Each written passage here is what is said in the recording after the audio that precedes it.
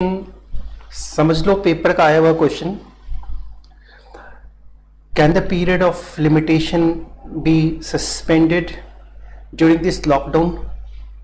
देख रहे कि बहुत कुछ कह रहे हैं बंद करो बंद करो, एग्जामिनेशन सस्पेंडेड हो गए, सारी दुनिया सस्पेंड हो रही है, इतनी सारी रिलीफ पैकेजेस दिए जा रहे हैं। क्या लिमिटेशन भी सस्पेंड किया जा सकता है? इस दरमियान कानून क्या कह रहा है इस मसले के ऊपर? और चलिए, आपका पहले क्या विचार है, सस्पेंड हो सकता है या नहीं हो सकता? पहले अपने व्यूज़ को दीजिए, फिर हम आगे पढ़ाई शुरू करते हैं। आज के क्वेश्चन, आज का पूरा क्लास हमारा इसी चीज़ के ऊपर डिपेंडेंट है। Can this during this lockdown this limitation be suspended? This one 2 months 3 months, that's nothing is going on. Even court भी बंद थी, कोर्ट भी नहीं खुली थी, और लॉजिक तो बन रहा है कि लिमिटेशन सस्पेंड हो जाना चाहिए। बट लॉजिक कभी कभी काम नहीं करता, और सेक्शन 9 देखते हैं उससे क्या कहता है। उसके लिए सेक्शन 9 का क्या कहना है, अब इसको देखते हैं। वैसे लिमिटेशन एक्ट जब सेक्शन 3 से शुरुआत हुआ, मतलब जब 3 से शुरू हो रही है, तो लग रहा था कि भाई सूट, अपील, एप्लीकेशन अगर लिमिटेशन के बाद फाइल करेंगे तो वो डिसमिस हो जाएगी। बट हम क्या करें, लॉकडाउन थी, सब कुछ बंद था, कैसे फाइल करते हैं? तो कोर्ट बोलेगी कि साहब आप लॉकडाउन से पहले क्यों नहीं आ गए? जरूरी था कि भाई आप इसी पीरियड के दरमियान आपको याद आ रहा है कि केस फाइल करना है, आप उससे पहले क्यों नहीं आ गए? हमने तो नहीं कहा है कहीं 10 दिन 20 दिन, वो तो अपील में होता है, वो जाहिर सी बात है वो सब अपील में होता है। अगर अपील में होता है तो सफिशिएंट कॉज का सेक्शन 5 है, आप आइए, हम उसका रिलीफ आपको जरूर देंगे कि भाई लॉकडाउन थी, ये भी एक सफिशिएंट कॉज, मान लेंगे इसको भी। लेकिन सूट में तो लिमिटेशन जनरली बहुत ज़्यादा होता है, वो 3 years हो रहा है, 1 year हो रहा है, और अगर आप सोचेंगे कि नहीं साहब हमको तो आखिरी में ही काम करना है, तब तो फंसी है लॉकडाउन में। सेक्शन 9 का कहना है once the time has begun to run, no subsequent disability or inability to institute a suit or make an application, stop it. See, अब यहां देखिएगा, अब इस मसला के ऊपर जरा ध्यान दीजिएगा। ये एक बहुत ही अपने आप में क्रूशियल पॉइंट है। ये एक लाइन जो है ना, ये पूरा सिस्टम को जो है ना चेंज कर देता है। बिल्कुल कठोर है, इसको बिल्कुल दया नहीं आ रही है। लॉकडाउन हो चाहे कुछ भी हो, एक बार जिस इसमें कहा once the time has begun to run, इसकी तुलना वो समय से कर दिया है। टाइम 1 बजा 2 बजा, डेट चेंज हो रहे हैं, ईयर चेंज हो रही है, और चाहे कुछ भी हो जाए, चाहे सारी दुनिया रुक जाए, लेकिन ये टाइम नहीं रुकती, ये टाइम हमेशा चलती है। लेकिन फिर कहता है कि भाई वो डिजेबिलिटी आ जाए तो हमने तो पढ़ा है सेक्शन 6 में 7 में एक फ्रेश लिमिटेशन पीरियड मिल जाती है।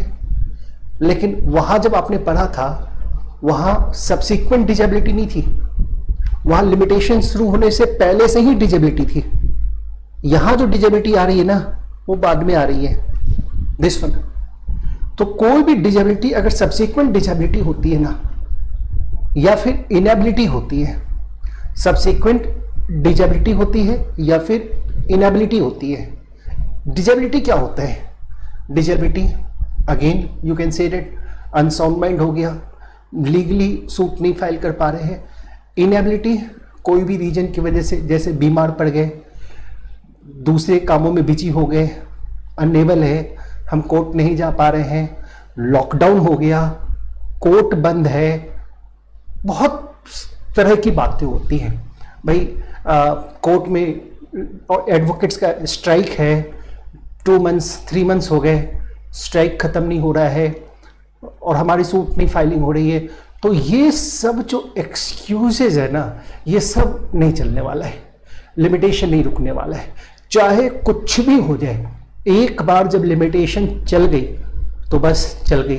कितना भी इमोशनल क्वेश्चंस आपसे पूछ लेना, आप बिल्कुल अपने पॉइंट से मत हिलिएगा, लिमिटेशन नहीं रुकेगी, लिमिटेशन चलती रहेगी। हाँ, अपील और एप्लीकेशन का मैटर है तो सफिशिएंट कॉज का ग्राउंड ये जरूर बन जाएगा अंडर सेक्शन 5, बट सूट का मैटर है ना, तो सेक्शन 9 अपने आप में प्रिवेल करेगा। और बिल्कुल नहीं, कोर्ट चाहे कि इस पीरियड को सस्पेंड कर दे, इस पीरियड को काउंट नहीं करे, कोर्ट ऐसा नहीं कर सकती है, सरकार भी नहीं कर सकती है। हाँ, पार्लियामेंट अगर एक्ट को अमेंड कर दे तो एक बात अलग है, और वो मैटर फिर कुछ और है। तो जो एक्ट है उसके अकॉर्डिंगली हम बात करते हैं कि एक बार लिमिटेशन शुरू हो गई तो कोई भी सब्सिक्वेंट डिजेबिलिटी और इनेबिलिटी इसको स्टॉप नहीं कर सकती हैं। टू इंस्टीट्यूट ए सूट और make an application stops it, makes an application stops it. यहाँ पे एप्लीकेशंस की अगर हम बात करते हैं तो ऑर्डर 21 वाला एप्लीकेशन था जिसको सेक्शन 5 ने जिसको कंसीडर नहीं किया था। अब यहाँ पे एक सिचुएशन को, एक एक्सेप्शन है, अब उस एक्सेप्शंस के ऊपर भी आ जाइए, एक्सेप्शंस क्या कहते हैं। पहले मैं इसकी बात करता हूँ और इसकी और बहुत ही ज़्यादा मैं थोड़ा और डिटेल क्वेश्चंस के ऊपर जाता हूँ, कुछ और जो क्वेश्चंस पेपर में कई बार पूछे गए हैं मैं उस चीज़ के ऊपर जाता हूँ। सपोज कीजिए अगर मैं एक छोटा सा क्वेश्चन आपको दूँ, यहाँ पर मैं 1-2 क्वेश्चन दे रहा हूँ, प्रैक्टिकल क्वेश्चन। मिस्टर एक्स एक पर्सन है और मिस्टर एक्स जो है एक पर्सन है, और कोई कॉज ऑफ एक्शन राइज हुआ मिस्टर वाई के साथ, ठीक है ना, और लोन दिया था इसको, 5 लाख का लोन दिया था, और 5 जनवरी 2020 को वाई ने साफ साफ मना कर दिया कि जाओ मैं तुम्हारे पैसे वापस नहीं करूँगा। मान लेते लिमिटेशन 1 ईयर की थी, इस केस में 1 साल की लिमिटेशन थी, और 1 साल जो इसका फिनिश हो रहा था वो 5 जनवरी 2021 को, लास्ट डे को छोड़ के चलते हैं 5 जनवरी 2021 को इसकी लिमिटेशन ख़त्म हो रही थी। लेकिन ये भी बहुत प्रॉम्प्ट पर्सन है, दिसंबर 2020 5 दिसंबर 2020 को ये कोर्ट में सूट फाइल करने गया वाई के अगेंस्ट में। अब सूट फाइल करने गया, रास्ते में इसका एक ट्रक से एक्सीडेंट हो गया। अब ये बेचारा सीधे हॉस्पिटल में पहुंच गया, इसका लेग फ्रैक्चर हो गया, दोनों लेग फ्रैक्चर हो गया, और डॉक्टर ने बोला कंप्लीट बेड रेस्ट पे रहो, और 6 मंथ्स इसको लग गए ठीक होने में। तो दिसंबर से रख लो 6 महीने, जून में जा रहा है सूट फाइल करने, जून में वो सूट फाइल करने को जा रहा है। तो अगर वो जून में सूट फाइल करने कोर्ट में पहुंच गया, सूट फाइल कर रहा है, आप जज बन के बैठे हैं, क्या आप उसके सूट को लिमिटेशन बार्ड होने की वजह से डिसमिस करेंगे या फिर उसकी सूट की सुनवाई करेंगे? क्या आंसर आपका? सूट डिसमिस होगी या इसकी सुनवाई होगी? क्वेश्चन समझ गया, अब में आ गया होगा आपको। बहुत रेलिवेंट क्वेश्चन है, पूरी स्टोरी ऐसी आई हुई है, 5 marks appropriately you may get on that. पूरी स्टोरी ऐसी आई हुई है, आपको रीजन के साथ आंसर को पॉइंट आउट करना है। क्या इसकी केस सुनी जाएगी? क्या इसकी सूट जो इसने फाइल किया है वाई के अगेंस्ट, क्या वो सुना जाएगा? केस बहुत क्लियर है, चेक से पेमेंट हुई है, बिल्कुल पेमेंट जाता हुआ दिख रहा है। और this one what do you think? Dismiss हो रहा है, फिर उसका 5 लाख का तो नुकसान हो रहा है, आपके जज होते हुए उसका 5 लाख का नुकसान हो जाएगा। सोच लीजिए ज़रा, आंसर ठीक से दीजिए। उसका 5 लाख भी देखना है ना आपको, ये भाई 5 लाख दिया है जज साहब ने, सबसे पहले इसको कंसीडर देख लिया, अब क्या करे, सूट डिसमिस करे या नहीं करे। वो बेचारा 6 महीने से हॉस्पिटल में है, अपनी इलाज करवा रहा है, ट्रीटमेंट करवा रहा है, अभी तक एक ही आंसर आया है, this one, the suit would be barred by limitation. मैं आपसे क्वेश्चन क्या पूछ रहा हूँ, बीइंग ए जज, क्या आप उस सूट को डिसमिस करेंगे या आपकी उसकी सुनवाई करेंगे? आपको क्लियर कट केस एक्स के फेवर में जाता हुआ दिख रहा है और सारे जो एविडेंस है वो आपको बिल्कुल आराम से दिख रहे हैं, तो लेकिन सूट डिसमिस होगी या सूट चलेगी? द आंसर, अभी भी लोग सोच में है कि भाई दया आ रही है, अगर डिसमिस कर देते हैं तो उसका 5 लाख का तो नुकसान हो जाएगा। But you don't need to see that, you have to be on the law. Once the law says, once the period of limitation starts to run, no subsequent disability or inability may stop it to run. कोई भी subsequent disability और inability आ जाए बिल्कुल नहीं रुकेगी, वो चलती रहेगी। अब चूंकि वो दिसंबर में सूट फाइल करने गया, अनफॉर्चुनेटली उसका एक्सीडेंट हो गया। अगर दिसंबर में कोर्ट आ गया होता तब तो उसके केस लिए जा सकते थे, उसके बाद वो हॉस्पिटल में है तो उससे सेक्शन 9 को कोई मतलब नहीं है। It is the subsequent disability और इनेबिलिटी, और सेक्शन 9 कहता है subsequent disability inability nevertheless stop limitation to continue. Limitation को रन करने से कोई भी सब्सिक्वेंट डिजेबिलिटी या इनेबिलिटी उसको नहीं रोकती है। तो बेशक ये सूट जो है वो डिसमिस होगी, वो टाइम बार्ड सूट होगा। मैंने आपको जब कराया था, जब सेक्शन 3 या जब बताया था उस वक्त भी बोला था कि जज को क्लियर कट भी दिख रहा होगा कि ये सूट जो है वो प्लेंटिफ जीत सकता है, और फिर भी वो इन बातों का ध्यान बिल्कुल नहीं रखेंगे। उनको सबसे पहले देखना है कि विद इन द लिमिटेशन है या लिमिटेशन के बियॉन्ड है। अगर जरा भी लग रहा है कि विद बियॉन्ड द लिमिटेशन है, देन नेवरदलेस द जज will go on to the emotional issue, fair issue, nothing is required to be gone. Once the suit is limitation barred, the suit is required to be dismissed at the same time. This one the matter called here. That was. तो यहाँ भी suit जो है dismiss ही होगी। एक question मैं और आपसे दे रहा हूँ, एक क्वेश्चन जरा और देखिएगा, एक और क्वेश्चन। सपोज कीजिए मिस्टर राम कुमार और मिस्टर राजू, ये 2 पर्सन हैं और इसने 10 लाख का लोन दिया है, बट राजू जो है रिफ्यूज़ टू पे करने से रिफ्यूज कर दिया। सपोज कीजिए 5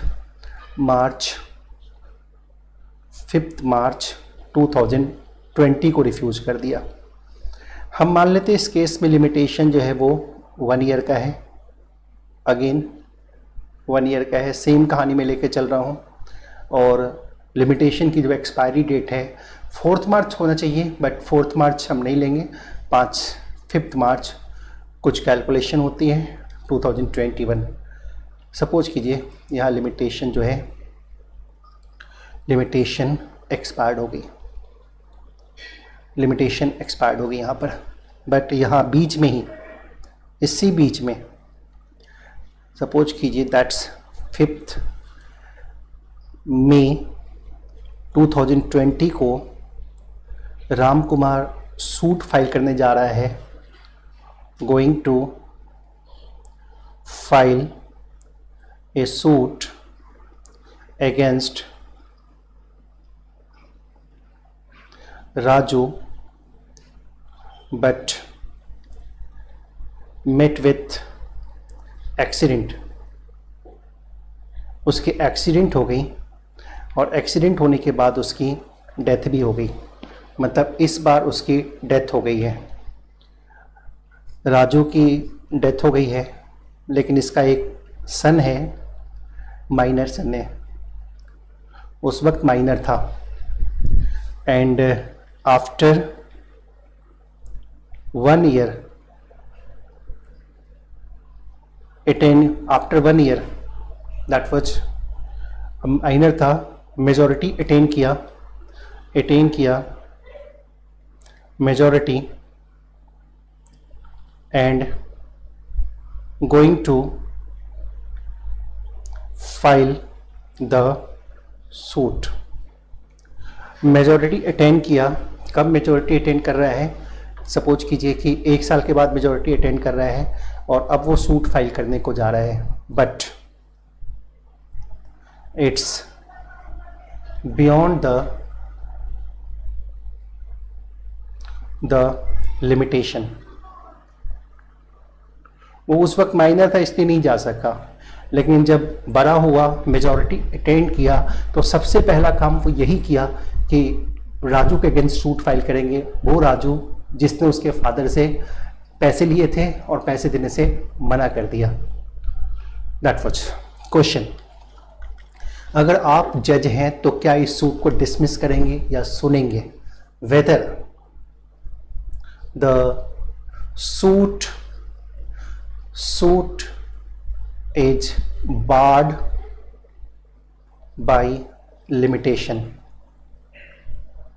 क्या सूट लिमिटेशन से बार्ड होगी? I need answer. Everybody should answer this question. Everybody should answer this question. क्या सूट लिमिटेशन से बार्ड होगी? क्वेश्चन बड़ा सिंपल है कि जो प्लेंटिफ सूट फाइल करने जा रहा है लेकिन लिमिटेशन ख़त्म होने से पहले ही जा रहा है, उसकी एक्सीडेंट हो गई, एक्सीडेंट में उसकी डेथ हो गई. अब उसका सन माइनर है लेकिन माइनॉरिटी में वो सूट नहीं फाइल कर पाएगा.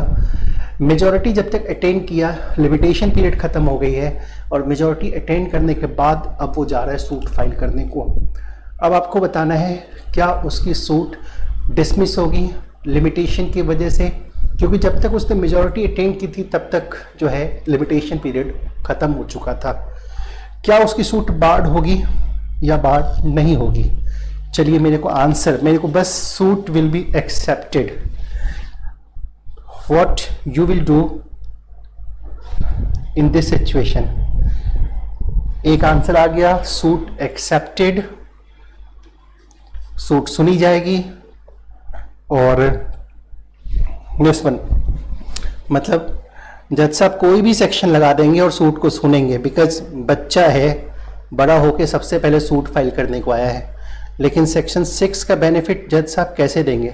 सेक्शन 6 तो सब्सिक्वेंट डिजेबिलिटी के ऊपर लगती, जो जब डिजेबिलिटी पहले से होती है तब लगती है. जब डिजेबिलिटी पहले से होती है तब सेक्शन 6 लगती है. आपको याद कीजिए सेक्शन 6 में मैंने ऐसा नहीं पढ़ाया था. सेक्शन 6 में ये पढ़ाया था कि जब लिमिटेशन शुरू हो रहा है उसके पहले से ही जो पर्सन है, जो प्लेंटिफ है, वो लीगली डिजेबल था. मेरा सारे एग्जाम्पल में ऐसी ही बातें थी.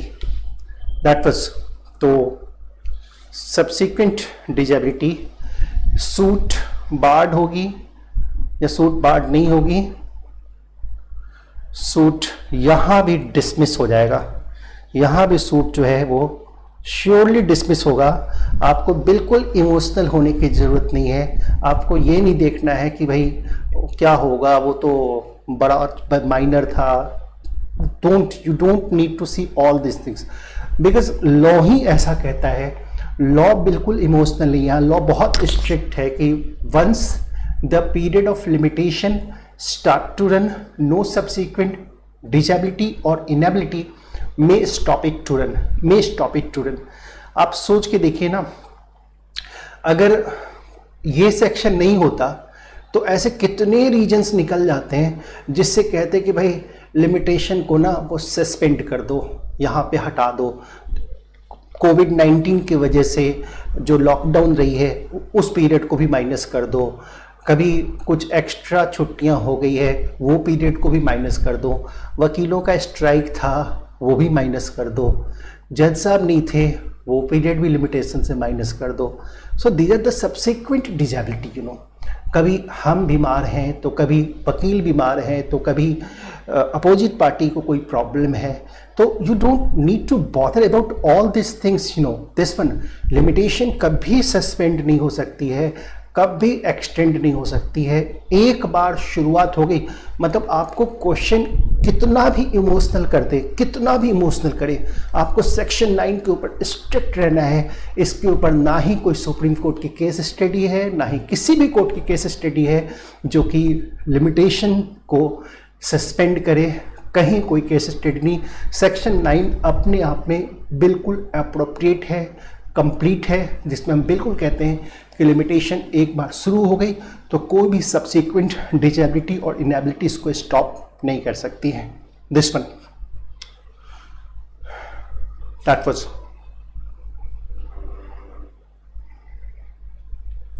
उसका पीरियड ऑफ लिमिटेशन एग्जिस्टेंस में था। देखो सेक्शन 6 शायद आपको फिर याद नहीं आ रहा है। सेक्शन 6 में हम ऐसे करते थे, सेक्शन 6 में कहते थे ना कि अगर आज कॉज ऑफ एक्शन अराइज हुई है, सपोज करो आज 5 अप्रैल है 2020 है, अगर आज कॉज ऑफ एक्शन अराइज हो रही है और पर्सन पहले से ही लीगली डिजेबल है, मान लो अगर सूट इसको फाइल करनी है और ये पहले से ही लीगली डिजेबल है, तब सेक्शन 6 का बेनिफिट इसको मिलेगा। लेकिन कॉज ऑफ एक्शन में प्लेंटिफ कौन है? इसका फादर है प्लेंटिफ। अब ये पहले से लीगली डिजेबल नहीं है तो कहाँ मिलेगा? अच्छा, मैंने आपको सेक्शन 6 याद होगा और कितना स्ट्रिक्टली कराया था। मैंने 2 डिजेबिलिटी भी लेके बताई थी कि भाई वो माइनर भी है, वो अनसाउंड माइंड भी है और दोनों साथ साथ चल रहा है। तो लिमिटेशन कब से शुरू होगी? जब इसकी दोनों डिजेबिलिटी खत्म होगी। फिर मैंने एक केस और बताया था कि भाई माइनॉरिटी है, फिर माइनॉरिटी खत्म होने से पहले जो है अनसाउंड माइंडनेस आ गई, मतलब वो इडियोसी आ गई। तो लिमिटेशन कब ख़त्म होगी? तो इडियोसी कंप्लीट सीज्ड हो जाने के बाद। फिर मैंने बोला था माइनॉरिटी भी है, माइनॉरिटी फिनिश होने के बाद इडियोसी आई है। मतलब ये पीरियड जो था ना, ये पीरियड यहाँ पे कोई लीगल डिजेबिलिटी नहीं थी। तो यही सेक्शन 9 कह देता है फिर कि भाई यहाँ से तो तुम्हारी लिमिटेशन शुरू हो गई है फिर तो, और तुम कह रहे हो कि यहाँ से फिर लीगली डिजेबल हो गए हैं। तो सेक्शन 9 कहता है सब्सीक्वेंट डिजेबिलिटी है ये, और सब्सीक्वेंट डिजेबिलिटी की वजह से लिमिटेशन सस्पेंड नहीं होगी। तो ये सेक्शन 9 ही था जो लिमिटेशन को सस्पेंड होने से रोक रहा था उस समय, सही है ना? तो ये होता है। तो दोनों चीज़ों को ना प्रॉपर से देखो, आप मिक्स मत करो। 6, 7, 8 ये हम जब भी बात करते हैं ना, ये सब्सिक्वेंट डिजेबिलिटी की बात नहीं करते हैं। यहाँ पे जब भी हम डिजेबिलिटी की बात करते हैं, कब की बात करते हैं? मतलब इसमें हम प्रीवियस डिजेबिलिटी की बात करते हैं, प्रीवियस डिजेबिलिटी की बात करते हैं, ठीक है ना?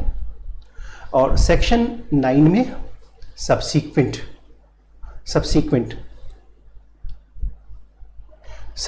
अच्छा, एक बात और, अगर मैं इसमें और बोलूं तो हम यहां पर ना डिजेबिलिटी भी लेते हैं और इनेबिलिटी भी लेते हैं। सॉरी, सिर्फ डिजेबिलिटी लेते हैं, यहां इनेबिलिटी लेते हैं प्लस डिजेबिलिटी। यहां पे डिजेबिलिटी और इनेबिलिटी दोनों लेते हैं, सही है? यहां डिजेबिलिटी और इनेबिलिटी दोनों मैटर लेते हैं। डिजेबिलिटी का मतलब जो यहाँ पर है वही मतलब यहाँ भी है, लेकिन इनेबिलिटी फैक्ट्स के ऊपर डिपेंड करता है। आप फैक्ट्स लाओ, हम समझ के बताते हैं कि वो इनेबिलिटी है या इनेबिलिटी नहीं है, और है तो क्या, नहीं है तो क्या। लिमिटेशन सस्पेंड तो होनी ही नहीं है, तो उससे तो कोई फर्क पड़ता ही नहीं है, सही है ना? तो दिस इज 6, 7 और 8 दैट वाज। तो 6 आपको याद होगा, 6 बिल्कुल क्लियर कट इसी बात को कहा था। 7 क्या कह रहा था? लीगल वैलिड डिस्चार्ज देने की बात कर रहा था। अगर वैलिड डिस्चार्ज दे पा रहे हैं तो सभी के अगेंस्ट लिमिटेशन रन करेगी, और वैलिड डिस्चार्ज नहीं दे पा रहे हैं तो किसी के अगेंस्ट रन नहीं करेगी। और सेक्शन 8 कहता था कि प्री इम्पसेंस राइट के केस में 6 और 7 का बेनिफिट नहीं मिलेगा। और एक बात और बड़ा आराम से कहा था कि कभी भी अगर लिमिटेशन पीरियड डिजेबिलिटी सीज्ड हो जाने के बाद शुरू होती है तो ठीक है भाई, आपका 1 साल का लिमिटेशन था 1 साल मिल जाएगा, 2 साल का लिमिटेशन था 2 साल मिल जाएगा, 3 साल का लिमिटेशन था 3 साल मिल जाएगा, 4 साल का लिमिटेशन था 3 ही साल मिलेगा। मतलब टोटल कितना मिलेगा? सेक्शन 8 ने कहा 3 years। So this is the matter which we have got to do, सही है ना? That is called section number 9। तो ये मेरा सेक्शन 9 हुआ, 6 हुआ, 7 हुआ और 8 हुआ।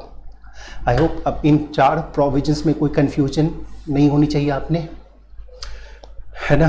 और 5 तो आपको पता ही है। 5 में आपका एक सिंपल सी बात है, sufficient cause appeal and applications के केस में।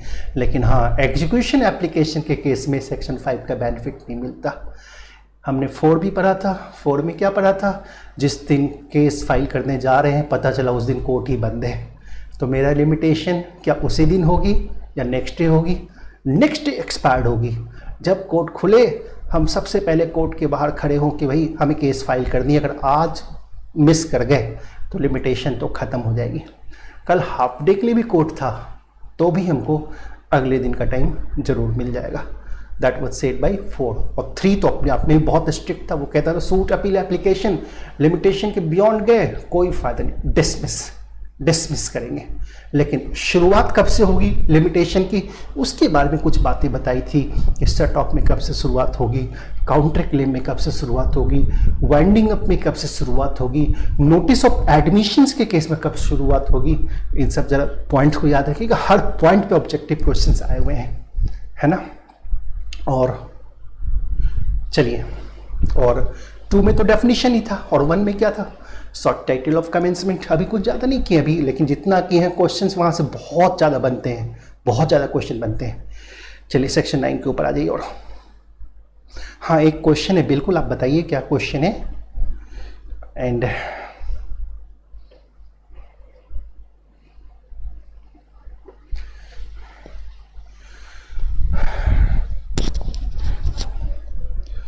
अच्छा, आप क्वेश्चन लिखिए, तब तक मैं थोड़ा सा चीज़ को और एक्सप्लेन करता हूँ। यहाँ पर एक प्रोवाइडेड डैट करके जो पॉइंट है, ज़रा इस चीज़ को इसके ऊपर आ जाइए।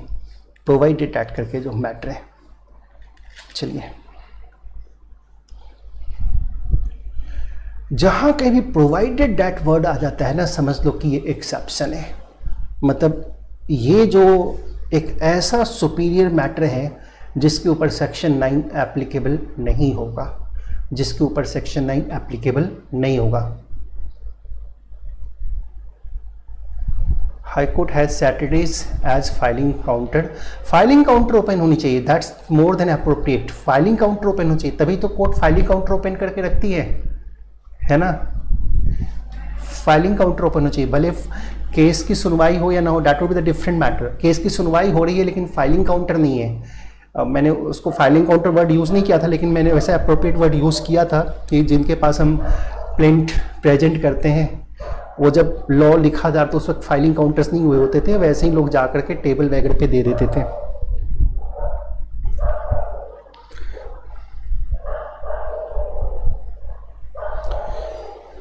चलिए, अब हम आते हैं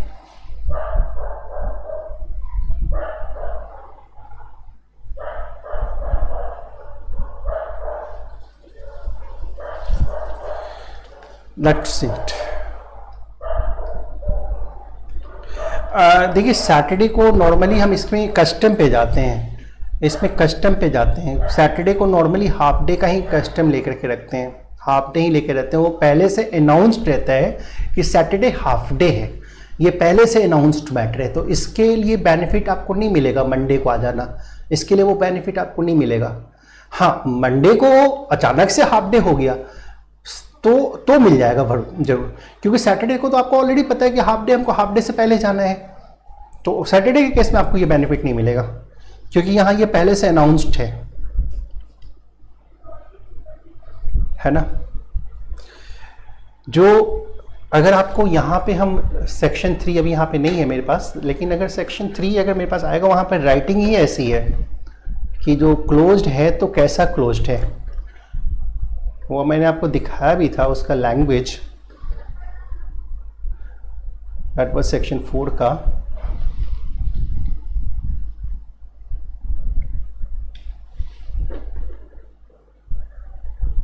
सेक्शन 4 का लैंग्वेज भी मैंने आपको दिखाया था, 67864।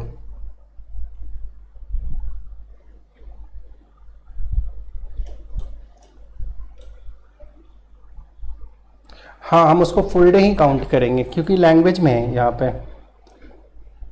अभी आ नहीं रहा है। मैं आपको बाद में इसको रीड करवा दूंगा फिर से, आप फिर से रीड करके देखिएगा, आपको ऑटोमेटिकली समझ में आ जाएगा। बिकॉज ये वो छुट्टियाँ थी जो अचानक से हो जाती हैं, जो हम एक्सपेक्टेड नहीं रहते, और मैंने आपको एग्जाम्पल में भी वैसी ही बातें ली थी आपके साथ। अगले मैटर के ऊपर आइए, नेक्स्ट पॉइंट। अगर मैं नेक्स्ट पॉइंट के ऊपर आता हूँ, यहाँ देखिएगा, provided that where the letters of administration, एक वर्ड मुझे समझाना है आपको भी, letters of administration to the estate of a creditor have been granted to his debtor, the running of the period of limitation for suit to recover the debt shall be suspended while the administration continues। अब इस situation को समझ लीजिए। ये section 9 का exception है, और ये जो एक्सेप्शन सेक्शन 9 का है, और यहाँ पर जो है ना, ये एक बहुत ही गंभीर बात को कहा जा रहा है। सबसे पहले लेटर ऑफ एडमिनिस्ट्रेशन समझ लीजिए कि लेटर ऑफ एडमिनिस्ट्रेशन क्या होती है। देखो, अगर ए चाहता है, आप एक बात सुनिए, अगर ए चाहता है कि बी एक बहुत ही होशियार इंसान है, बहुत ही समझदार इंसान है, और ये जो हमारी प्रॉपर्टी है ना, ये प्रॉपर्टी, इस प्रॉपर्टी को डिवाइड कर दे ए के 3 बच्चों के बीच में, 3 बच्चों के बीच में डिवाइड कर दें, और घर उसको दे जो सबसे ज़्यादा होशियार है, जो सबसे ज़्यादा समझदार है, होशियार है, घर उसको दे दे। बाकी प्रॉपर्टी किसी में डिस्ट्रीब्यूट कर दे, वो उसकी जिम्मेदारी है, अपने डिस्क्रिप्शन को यूज़ करे, लेकिन घर उसको दे जो सबसे ज़्यादा होशियार है, समझदार है। सही ना? अब अभी तो तीनों बच्चे हैं, ए का उम्र हो चुका है, शायद उसकी डेथ हो जाएगी। जब बड़े होंगे तो कौन ज़्यादा होशियार होगा, ए को कैसे पता चलेगा? तो वो डिस्क्रिप्शन वो बी के ऊपर छोड़ दिया। ए है बी, आप डिसाइड कर लेना कि कौन ज़्यादा समझदार है, और जो ज़्यादा समझदार हो ना, घर उसको दे देना। अच्छा, एक बात बताओ, ए अगर ऐसा कुछ करना चाहता है तो लीगली इस काम को कैसे करेगा? लीगली इस काम को कैसे करेगा? वसीयत तो नहीं हो सकती ऐसी बातों की, ये तो अनसर्टेनिटी हो जा रही है, कौन ज़्यादा होशियार है। अब वसीयत अगर इस बात की करता है तो फिर कैसे होगा, इसकी डिसीजंस कैसे लिए जाएंगे? दूसरी बात, आप कह सकते हो कि ट्रस्ट बना देगा, आप कह सकते हो कि ट्रस्ट बना देगा। तो जब ट्रस्ट बना देगा और ट्रस्ट की रजिस्ट्रेशन करवाने जाएगा ना, तो वहाँ पे रजिस्ट्रार कहेंगे ये क्या लेके आ गए हो? ट्रस्ट एक्ट में लिखा हुआ है कि बेनिफिशियरी सर्टेन होना चाहिए, और आपने तो कोई सर्टेन बेनिफिशियरी बताया ही नहीं है कि भाई किसको घर मिलेगा। बेनिफिशियरी तो आपने बताया ही नहीं है। एक ऐसा कर सकता है ए कि बी को ट्रस्टी बना देता, और A1, A2, A3 उसके बेनिफिशियरी होते, लेकिन मामला फंस जाता कि बेनिफिशियरी यहाँ पे सर्टेन नहीं है, इस हाउस का बेनिफिशियरी कौन है ये सर्टेन नहीं है, तो हम इस ट्रस्ट का रजिस्ट्रेशन नहीं करेंगे। अब देखो, दोनों बातें होगी, ना ट्रस्ट की रजिस्ट्रेशन हो पा रही है, ना वसीयत हो पा रही है, मतलब मामला बिल्कुल फंस गया। अब एक रास्ता है, रास्ता ये है कि ए एक लेटर ऑफ एडमिनिस्ट्रेशन जो है, यहीं पे लेटर ऑफ एडमिनिस्ट्रेशन इशू करते हैं, मतलब ए बी के अगेंस्ट, बी के लिए एक लेटर ऑफ एडमिनिस्ट्रेशन दे दे। लेटर ऑफ एडमिनिस्ट्रेशन का मतलब होता है कि तुमको हम लेटर ऑफ एडमिनिस्ट्रेशन दे रहे हैं, तुम मेरी प्रॉपर्टी को अपने समझदारी के अकॉर्डिंगली मैनेज करो, हमें तुम्हारी समझदारी के ऊपर तुम पे पूरा फेथ है, तुम ऐसे से करना और अपनी समझदारी के अकॉर्डिंग इसको यूज करना। That is quite different from the trust, it is quite different from the will, वसीयत, and it is also very different from the power of attorney. ये पावर ऑफ अटॉर्नी से भी डिफरेंट है। ये एक बड़ी अच्छी चीज है, that's called letter of administration. ये तब इशू होता था बेसिकली ना राजा महाराजा के समय से, जब राजा महाराजा जो है ना अपने मंत्री को लेटर ऑफ एडमिनिस्ट्रेशन दे देते थे किसी भी पर्टिकुलर स्टेट के लिए, या फिर उनको अपनी लाइफ का कोई पता नहीं होता था, तो मंत्री को जो है लेटर ऑफ एडमिनिस्ट्रेशन दे देते थे और सारा पावर उसको ऑथराइज कर दे, उसको उनको दे दिया जाता था, उनको दे दिया जाता था। सही है, दैट वाज, तो that is the basic concept of the letter of administration. It is quite as general as power of attorney, but it's quite different from the power of attorney. It's a complete different matter. That's letter of administration. सही है, चलिए अब समझिए जरा यहाँ पे letter of administration समझने के बाद अब जरा समझिए कि क्या होता है यहाँ पे। अब देखिए सिचुएशन, अब मैं इसको साफ करता हूँ, इसको हटाता हूँ, अब इसको पॉइंट को समझाता हूँ। होता क्या है कि ए है, ठीक है ना, बी को ना एक लोन दिया, मान लो 5 लाख का लोन दे दिया, ए ने बी को 5 लाख का लोन दिया, ठीक है, बहुत यकीन था, फेथ था, ए ने बी को 5 लाख का लोन दिया, then A is the creditor and B is the debtor. अच्छा, ए के 3 बच्चे भी हैं, A1, A2 और तीसरा A3। इन तीनों बच्चों में प्रॉपर्टी को डिस्ट्रीब्यूट करने के लिए ना ए ने बी को लेटर ऑफ एडमिनिस्ट्रेशन भी इशू कर दिया, लेटर ऑफ एडमिनिस्ट्रेशन भी इशू कर दिया, ठीक है। अब लिमिटेशन एक्ट यहीं पे कहता है कि जब तक ये लेटर ऑफ एडमिनिस्ट्रेशन इन्फोर्स्ड है ना, यहां लिमिटेशन रन नहीं करेगी, यहां पे लिमिटेशन रन नहीं करेगी जब तक लेटर ऑफ एडमिनिस्ट्रेशन इन्फोर्स्ड है। मतलब बी ए को मना कर दिया कि पैसे नहीं देंगे, या इनके बच्चों को भी मना कर दिया पैसे नहीं देंगे, ये लेटर ऑफ एडमिनिस्ट्रेशन अभी इन्फोर्स्ड है। जब तक लेटर ऑफ एडमिनिस्ट्रेशन इन्फोर्स्ड है, लिमिटेशन कंटिन्यू नहीं करेगा, यहां पर स्टार्ट नहीं होगा, सॉरी सस्पेंडेड रहेगी उस समय, उस वक्त सस्पेंडेड रहेगी limitation. This one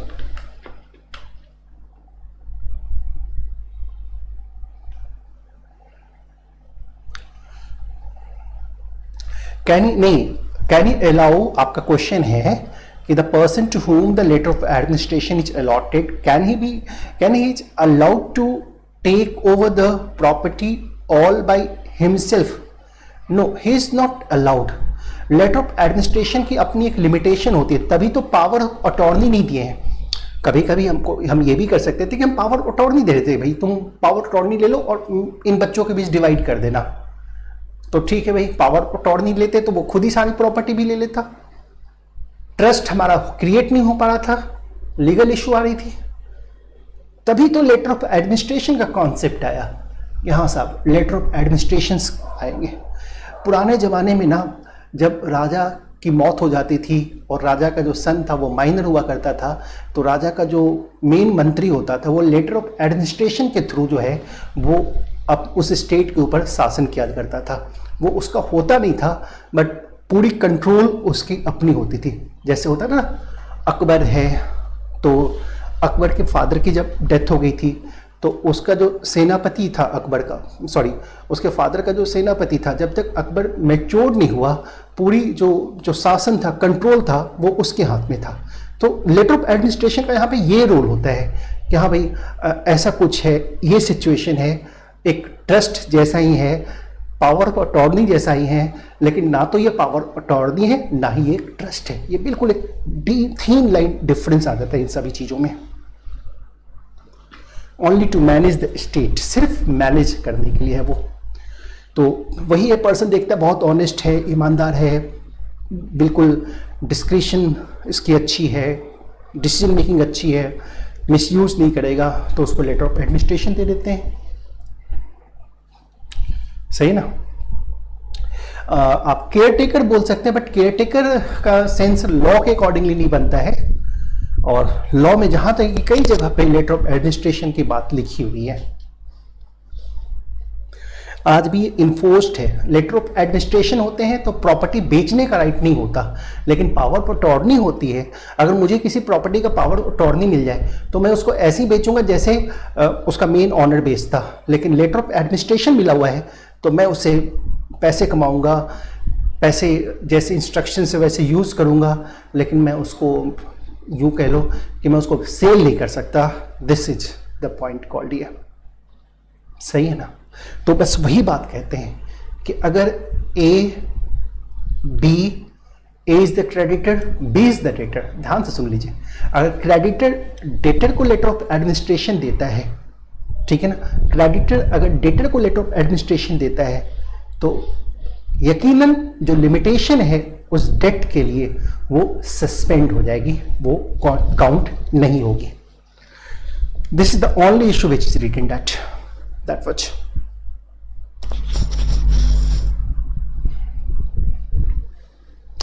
letter of administration registered होना चाहिए या रजिस्टर्ड नहीं होना चाहिए। अब एक बात बताइए, रजिस्टर्ड है या नहीं है, इसको रेफर करने के लिए, इसको जानने के लिए हमको रजिस्ट्रेशन एक्ट में जाना पड़ेगा। और रजिस्ट्रेशन एक्ट में सेक्शन 1617 कहता है कोई भी ऐसा डॉक्यूमेंट जो किसी भी पर्टिकुलर प्रॉपर्टी में राइट्स को क्रिएट करे, लिमिट करे, एक्सटिंग्विश करे, असाइन करे, तो वहाँ पे जो रजिस्ट्रेशन है वो रजिस्ट्रेशन मैंडेटरी हो जाती है, रजिस्ट्रेशन मैंडेटरी हो जाती है ऐसे सर्कमस्टांसेस में। तो बेशक लेटर ऑफ एडमिनिस्ट्रेशन भी रजिस्टर्ड करवाना पड़ेगा।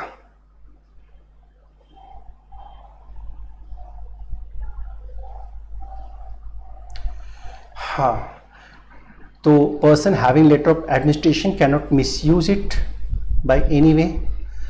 हाँ, बिल्कुल मिसयूज नहीं कर पाएगा वो, उस पर लिमिटेशन होती है कि आप इसको ऐसे करेंगे। मिसयूज बस ऐसा मिसयूज कर सकता है कि वो सोचेगा कि भाई उसको लग रहा है कि नहीं A1 बहुत ईमानदार है, बहुत ही होशियार है, एक्चुअली में A2 होता है, लेकिन वो A1 को ज़्यादा दे देगा।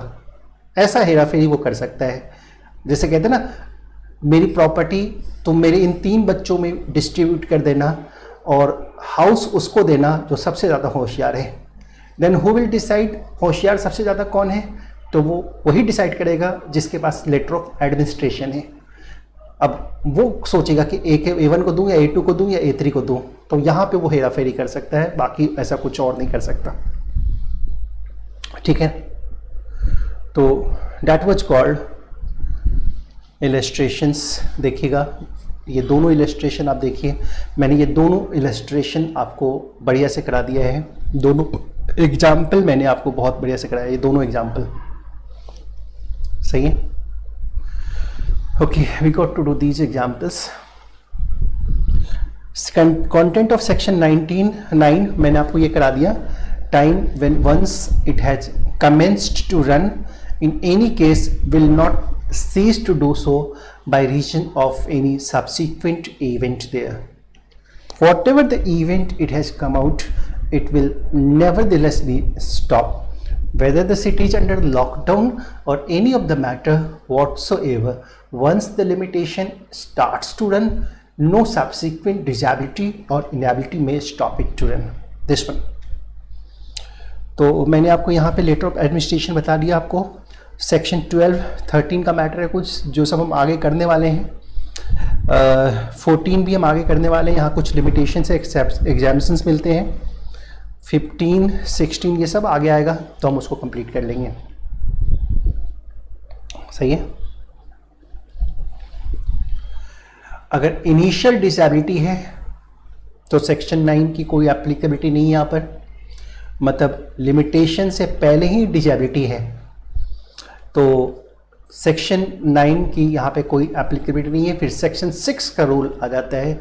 सेक्शन 6 जो है डिसेबिलिटी होने की वजह से लिमिटेशन को सस्पेंड करता है जब तक डिसेबिलिटी ख़त्म ना हो जाए, लेकिन इनएबिलिटी होने की वजह से वो सस्पेंड नहीं करता है। डिसेबिलिटी है तो लिमिटेशन सस्पेंड रहेगी सेक्शन 6 के अकॉर्डिंगली। सेक्शन 9 सब्सीक्वेंट डिसेबिलिटी है तो भी सस्पेंड नहीं रहेगी। This one.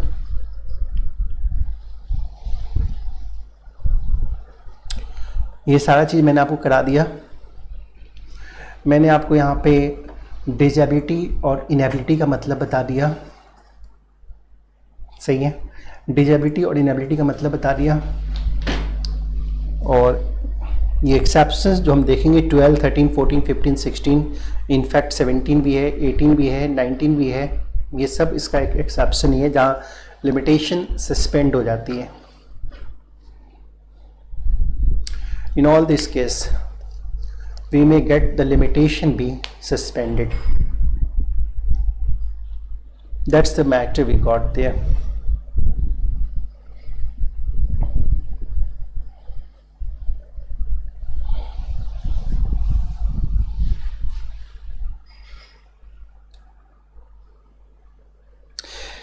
चलिए आगे की ओर बढ़ते हैं।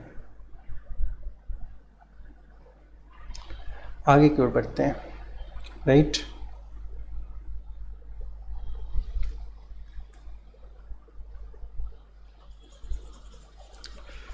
एक बहुत ही फेमस स्टेटमेंट है और आपके एग्जामिनेशन में भी कई बार पूछा जाता है, once a trust always a trust. Explain. आपको ये पूछा जाता है, once a trust always a trust. इसको आप डॉक्ट्रिन कह लो, आप इसको एक फेमस प्रोवर्ब कह लो, बट इट्स वेरी फेमस और हमेशा कई बार पूछा जाता है कि इसको एक्सप्लेन करो। अच्छा, कई बार जब ऐसा सेंटेंस दे दिया जाए और बोले आपको एक्सप्लेन करो या कमेंट करो, एक्सप्लेन या कमेंट, तो मैं आंसर लिखने का तरीका बता देता हूँ। आप उन चीज़ों को बताओ कि वो है क्या, इसका मतलब क्या है। अच्छा, एक बात और, उसका कुछ ना कुछ एक्सेप्शन भी होगा, जरूर कुछ ना कुछ एक्सेप्शन होगा, आपको उसका एक्सेप्शन भी लिखना है। मतलब आप जितनी भी डॉक्ट्रिन्स को देखोगे ना, वो डॉक्ट्रिन्स तो है लेकिन उसका एक्सेप्शन भी होता है कि कहाँ वो चीज़ एप्लीकेबल नहीं है ना। अब जैसे एग्जाम में पूछा कि बताओ डॉक्ट्रिन ऑफ सफिशिएंट कॉज क्या होती है। आपको पता है डॉक्ट्रिन ऑफ सफिशिएंट कॉज किस सेक्शन को कहते हैं? सेक्शन 5 को कहते हैं। सेक्शन 5 को कहते हैं डॉक्ट्रिन ऑफ सफिशिएंट कॉज। तो हम बड़े आराम से बताएंगे ये सब। यूँ तो सेक्शन 3 कहता है कि लिमिटेशन के बाद आओगे तो डिसमिस कर देंगे सूट को, अपील को, एप्लीकेशन को, बट सेक्शन 5 कहता है ना कि अगर अपील का मैटर है, एप्लीकेशन का मैटर है और सफिशिएंट कॉज अगर आप दे रहे हैं तो लिमिटेशन पीरियड जो है वो एक्सटेंड हो जाएगी। आपने नहीं फाइल करने का, वक्त पे नहीं फाइल करने का सफिशिएंट कॉज दे रहे हैं तो वो एक्सटेंड हो जाएगी। अब ये डॉक्ट्रिन तो है लेकिन इसका एक्सेप्शन भी तो है ना। आप बोलेंगे अरे सूट के केस में ये डॉक्ट्रिन नहीं लगती है, एग्जीक्यूशन एप्लीकेशन के केस में ये डॉक्ट्रिन नहीं लगती है। तो बिल्कुल आप हमेशा ध्यान रखो कि अगर आपको ना एक बार कोई भी चीज कहा जाए कि इसको लाइन दे दिया, बोले इसको कमेंट करो या इसको एक्सप्लेन करो, तो आप डिटरमिन्ड हो जाओ कि अगर ये 5 नंबर का क्वेश्चन है तो हमको 5 आउट ऑफ 5 तो लेना ही है। कैसे लेंगे? तो सबसे पहले ये है क्या वो एक्सप्लेन कर दो और उसका कुछ ना कुछ एक्सेप्शन है, नॉन एप्लीकेबिलिटी है, वो एक्सप्लेन कर दो। That's more than enough, you will be getting the complete marks it all there. चलिए अब समझते जरा ये क्या है। ये सेक्शन 10 है बेसिकली, सही ना। सेक्शन 10 जिसको हम शॉर्ट में कहते हैं once a trust always a trust. That's once a trust always a trust. अब समझिए कि ये क्या होती है। ये कहता है ना कि अगर कोई ऐसी चीजें हैं ना जो ट्रस्ट में है, ट्रस्ट में, तो वहां कोई लिमिटेशन काम नहीं करता। वो हमेशा at each and every point there would be a fresh limitation period will be starting. अब जैसे मैं एक बड़ा ही लेमन एग्जांपल दे देता हूं। ए कहता है बी को, या बी ने ए से उसके साइकिल मांगी, ए ने बी को साइकिल दे दी कि जाओ काम हो जाए तो मुझे वापस कर देना। 1 साल हो गए वापस नहीं किया, 2 साल हो गए अभी भी नहीं दिया, 3 साल हो गए अभी भी नहीं दिया, 4 साल हो गए अभी भी नहीं दिया, 10 साल हो गए अभी भी नहीं दिया, 20 साल हो गए अभी भी नहीं दिया। 20 साल के बाद ए को नहीं रहा गया, बी से मांगने चला गया कि एक मेरे साइकिल दे दो 20 साल पहले जो लिए थे। क्या कहाँ आ गए हो, 20 साल पुरानी चीज अभी मांगने आए हो, लिमिटेशन बाढ़ निकलो। सेक्शन 10 बोलेगा नहीं साहब, ये साइकिल दिया गया था, ये मैटर ट्रस्ट में था, आपने साइकिल के लिए उसको कोई पेमेंट नहीं दिया था। ये तो ट्रस्ट में, मतलब यहाँ एक ट्रस्ट का क्रिएशन होता है, एक ट्रस्ट क्रिएट होती है और यहाँ पे कोई लिमिटेशन काम नहीं करता। तो once a trust always a trust, this is the point called. ये तो एक लेमन एग्जांपल था, ऐसे ही कुछ भी उठा के दे दिया। मैं थोड़े लीगल एग्जांपल्स आपको समझाता हूँ। अब समझिए पहले ये क्या होता है। अब पहले एक बार समझ लेते हैं, फिर कुछ क्वेश्चंस होते हैं तो हम क्वेश्चन को लेकर के आते हैं। चलिए समझते पहले रीड करते हैं, इसी चीज को ध्यान में रख करके रीड करते हैं, समझ में आएगा। देखिए, notwithstanding anything contained in the following provisions of this act। पहले तो ये सेक्शन 10 कहता है कि मैं बिल्कुल सुपीरियर हूं मेरे सामने सारा एक्ट चुप रहो, शांत रहो, ये पूरी एक्ट को चुप करा रहा है कि भाई मेरे खिलाफ कोई भी प्रोविजन, कोई भी कुछ अगर बोलोगे तो हम उसकी परवाह नहीं करेंगे। हमने जो बोल दिया वो पत्थर की लकीर है, हमारे को काटने वाला दैट वाज इस एक्ट का कोई भी प्रोविजन नहीं हो सकता है, ना तो सेक्शन 10 से पहले वाला कोई सेक्शन, ना तो सेक्शन 10 से बाद वाला कोई सेक्शन। हां, अगर दूसरा कोई एक्ट कुछ कह देना तो सेक्शन 10 कहता है, फिर मैं उसके बारे में कुछ नहीं कहता। वो अगर मेरे अपोजिट बोलता है तो देखेंगे, that would be different matter. लेकिन लिमिटेशन एक्ट का अगर कोई भी सेक्शन मेरे खिलाफ बोलता है तो मैं प्रिवेल करूंगा, दूसरा कोई प्रिवेल नहीं करेगा। ये तो नॉट विद स्टैंडिंग का जो मतलब था वो मैं आपको बता रहा हूं, सही है ना। वो वही लिखा होता ना, not with standing anything content in the forgoing provisions, तो सिर्फ प्रीवियस सेक्शंस को ओवरराइड कर रहा होता, मतलब 1 to 9 को ओवरराइड कर रहा होता नहीं। और अगर लिखता not with standing anything content in any other law, अगर वो लॉ वर्ड लिख दिया होता ना, तब तो ये इंडिया के सारे एक्ट्स को सुपरसीड करके बिल्कुल किंग बन गया होता कि भाई मेरे के अपोजिट बोलने वाला इंडिया का कोई भी कानून नहीं हो सकता है। लेकिन ये सिर्फ अपने इस एक्ट को सुपरसीड कर रहा है, बाकी दूसरे एक्ट को सुपरसीड नहीं कर रहा है ये प्रोविजन। अब देखिए क्या कहते हैं, अब ये कहते हैं no suit against a person in whom the property has become vested in trust for any specific purpose or against his legal representative or assignees, that was, मैं इस ब्रैकेट वाला पॉइंट को बाद में पढ़ूंगा, अभी नहीं करा रहा हूं मैं ब्रैकेट वाले पॉइंट को। for the purpose of falling in his or their hands such property or proceeds thereof or for account of such property or shall be barred by any length of time, यहां पढ़िए, shall be barred by any length of time। अब यहां से पहले मैं read करना फिर सिखा रहा हूं, एक बार ध्यान से सुनिएगा। मैं क्या जिसको अंडरलाइन करूंगा पहले उसी को पढ़िएगा, फिर दूसरी चीजों को पढ़िएगा, और कितना आसान हो जाता है। सो देखो आप, ध्यान से देखो आप, कितना इजी हो जाता है पढ़ना, समझना कितना आसान हो जाता है। कहते हैं no suit against a person that was shall be barred by any length of time. इसका मतलब क्या हुआ, मान लो ये पर्सन है, इसके अगेंस्ट कोई भी सूट बार्ड बाय लिमिटेशन नहीं होगी। मतलब क्या, ये बिल्कुल खुला इंसान है, इसके ऊपर जब चाहो तब सूट फाइल कर दो, 10 साल बाद, 20 साल बाद, 50 साल बाद, 100 साल बाद, जब चाहो तब फाइल कर दो। अब बोलोगे 50 साल बाद मर गया तो इसका लीगल रिप्रेजेंटेटिव होगा, क्या उसके खिलाफ भी फाइल कर सकते हैं? तो ये कहता है बिल्कुल लीगल रिप्रेजेंटेटिव के खिलाफ भी फाइल कर सकते हो, ये लिखा है लीगल रिप्रेजेंटेटिव, या उसका जो असाइनी है ना उसके ऊपर भी फाइल कर सकते हो। अभी बता रहा हूं असाइनी क्या होती है, अभी बताऊंगा, उसके ऊपर भी फाइल कर सकते हो। अगर ये मर गया इसका लीगल रिप्रेजेंटेटिव, साइकिल ये मान के ले गया था लेकिन मर गया बेचारा, लीगल रिप्रेजेंटेटिव के पास वो साइकिल है, इससे मांग लेंगे, कोई प्रॉब्लम नहीं है। This one the matter, this one. अब जरा समझिए, जरा ध्यान सुनिएगा। कहता है no suit against a person in whom the property has become vested in trust, मतलब प्रॉपर्टी हमने किसको दिया था, इसको दिया था, प्रॉपर्टी हमने इसको दिया था, that was, we have given this property to this fellow in whom the property has vested in trust। क्यों भला? स्पेसिफिक पर्पस के लिए, वो मांग के ले गया था, उसका कोई पर्पस था, हमने गिफ्ट थोड़े ना किया था, हमने स्पेसिफिक पर्पस के लिए उसको दिया था। तो ठीक है भाई, इसके अगेंस्ट सूट लिमिटेशन से बार्ड नहीं होगी। क्या इसके बच्चों के अगेंस्ट भी नहीं होगी? ये तो मर गया और वो प्रॉपर्टी अभी इसके बच्चों के पास है, क्या इसके बच्चों के अगेंस्ट भी नहीं होगी? वो कहता है बिल्कुल, बच्चों के अगेंस्ट भी बार्ड नहीं होगी, उसके अगेंस्ट भी कर सकते हैं, और इज लीगल रिप्रेजेंटेटिव और असाइनी, हम उसके अगेंस्ट भी कर सकते हैं।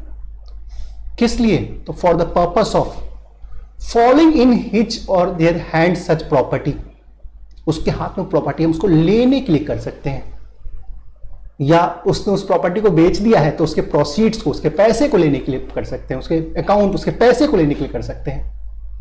और ये सूट जो है ना कभी बार्ड नहीं होगी, कभी बाढ़ नहीं होगी। अब मैं इसको एक एग्जाम्पल दे रहा हूं तब ज़्यादा और क्लियर होगा। फिर पढ़ते हैं, एक एग्जाम्पल को समझ लीजिए बढ़िया से, फिर हम आते हैं इसको पढ़ते हैं। सुनिए जरा ध्यान से क्या होता है, सुनिए।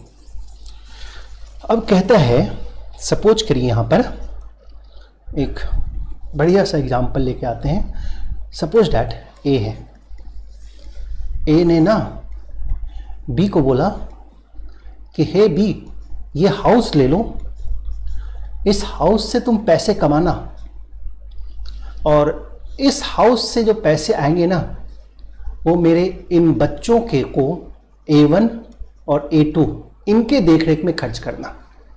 इस हाउस से पैसे कमाना और जो भी पैसे आएंगे ना तुम हमारे इन दोनों बच्चों के देख रेख में लगाना, बेच देना, जो भी पैसे आए इनको पढ़ाना लिखाना जो भी करना है करना। तो ठीक है, बी ने क्या किया, ये प्रॉपर्टी ले ली। अब जैसे ए ने इंस्ट्रक्शन दिया था कि बेच देना, तो ए ने एक इंस्ट्रक्शन के अकॉर्डिंगली प्रॉपर्टी बेच भी दिया।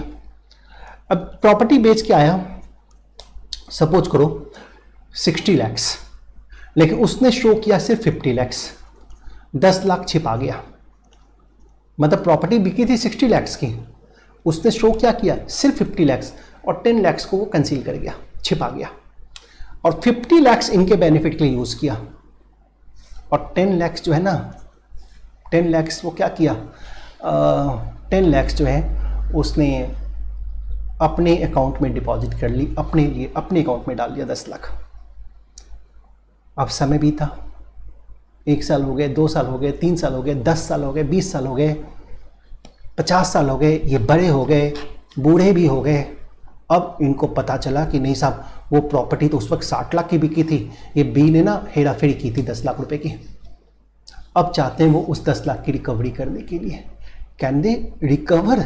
क्या ये लिमिटेशन बार्ड होगा? नहीं, ये लिमिटेशन बार्ड नहीं होगा। अगर बी जिंदा नहीं है तो इस पैसे को एंजॉय इसके बच्चे ने किया है तो इसके बच्चों से भी ले सकते हैं, वो बार्ड नहीं होगा। It shall not be barred by limitation. This is called section number 10। This is called section number 10। अब इसमें और भी बातें बतानी है। मूवेबल इमूवेबल कोई मैटर ही नहीं यहां पे, यहां मैटर है trust. Once the trust has got to be created, this section 10 is applicable. This section 10 is applicable, that much. और सेक्शन 10 ट्रस्ट कैसे कैसे क्रिएट होती है, अभी मैं उस मुद्दे के ऊपर भी आऊँगा, अभी मैं उस मैटर के ऊपर भी आऊँगा, ट्रस्ट कैसे कैसे क्रिएट होती है। लेकिन आप यहाँ जान के रखिएगा, ये मामला ही पूरा ट्रस्ट का था, पूरा मैटर ही ट्रस्ट का था। प्रॉपर्टी बेच देना, जो पैसे आए दोनों बच्चों के डिविजन्स में लगाना, दोनों बच्चों को बेनिफिट देना उसके। प्रॉपर्टी बेच के जो पैसे आए वो तो पैसा ही ट्रस्ट का था फिर तो।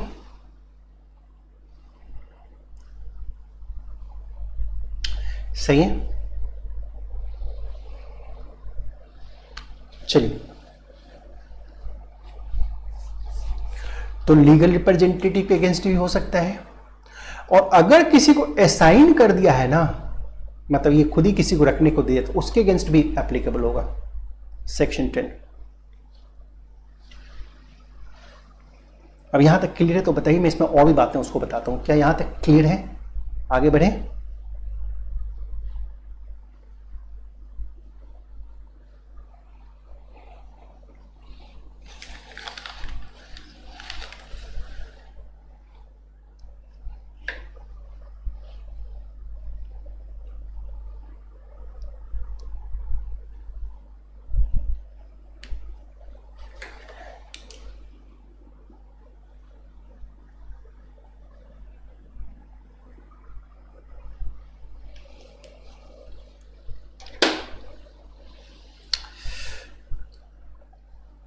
Should we go a bit further? That's it. Yes sir, clear है, क्लियर है, ठीक है। अब मैं आगे समझाता हूँ। स्टोरी याद रखिए, कुछ भी नहीं होता, सिर्फ स्टोरी याद रखना है आपने। एक पेन पेपर लेके बैठो, मेरी क्लास के बाद भी फिर थोड़ा देर जो मिस हो गया है नोट डाउन करना, उसको जरूर नोट डाउन करो। स्टोरी आपको याद है तो आपको सारे प्रोविजंस प्रॉपरली याद है। अब जरा सिचुएशन, अब सिचुएशन समझिए क्या है। अब मैं कहता हूं ए ना बी को, अब देखिए ये हाउस ट्रांसफर किया, सही है, ए ने बी को ये हाउस ट्रांसफर किया और कहता है कि भाई इस हाउस का जो भी बेनिफिट हो, इस हाउस का जो भी बेनिफिट हो आप A1, A2, A3 के लिए यूज़ करना, A1, A2 और A3 के लिए यूज़ करना। ठीक है, बी हाउस को रेंट पे चढ़ा दिया और जो भी बेनिफिट है वो यूज़ कर रहा है। किसके लिए यूज़ कर रहा है? A1, A2 एंड A3 के लिए यूज़ कर रहा है। एक दिन क्या हुआ, बी को एक लालच आ गई, एक जो हाउस का हिस्सा था, पार्ट था, उसने किसी तीसरे पर्सन सी को बेच दिया। मतलब trustee has sold out the property. इसको लगा कि बहुत बड़ी प्रॉपर्टी है, अगर थोड़ा सा कुछ निकाल दे तो पता ही नहीं चलेगा। और इसने भी ऐसे ही कुछ किया, इसने किसको बेच दिया? इसने सी को बेच दिया और पैसे भी लेके रख लिए। ठीक है, प्रॉपर्टी सी को बेच दिया। अब जब ये बड़े होने के बाद भी लिमिटेशन वगैरह सब खत्म भी हो गया, तब इनको पता चला रही ये तो मेरा प्रॉपर्टी था जो आज सी के पास है। पूछा सी तुमने कहाँ से लिया? तो बोला बी ने बेचा।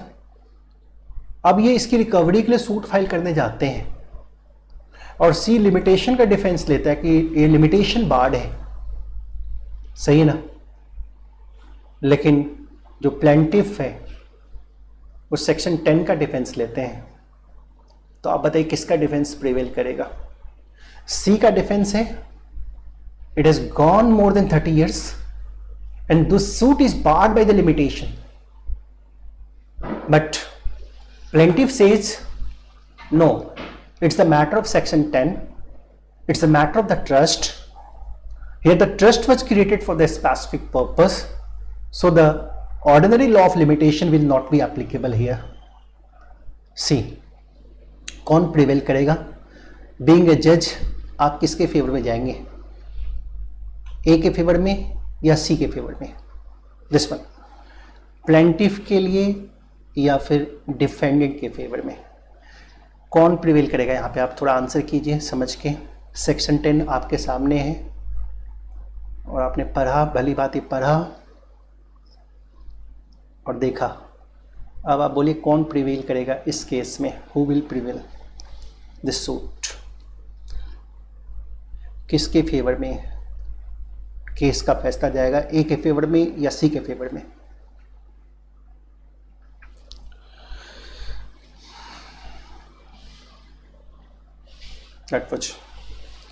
Please repeat. हम रिपीट करते हैं फिर से। रिपीटिशन इतनी ही है कि अगर मैं केस को ही एक बार फिर से डिनोट कर दूं, A will prevail as per section 10। अब मैं केस को फिर से रिपीट कर दूं, ए ने बी को कुछ प्रॉपर्टी ट्रस्ट में दिया for the benefit of A1, A2, A3, but what the B has done, B has sold out this property. B ने प्रॉपर्टी को बेच दिया। समझ लो, ए ने बी को प्रॉपर्टी इन ट्रस्ट दिया था और बी ने ये प्रॉपर्टी बेच दिया, सही है, सी को बेच दिया। अब समय गुजरता गया, ये जब बड़े हो गए, बहुत दिन हो गए, काफ़ी समय बीत गया, उसके बावजूद भी अब पता चला कि भाई ये प्रॉपर्टी तो सी को सेल आउट हो चुकी है।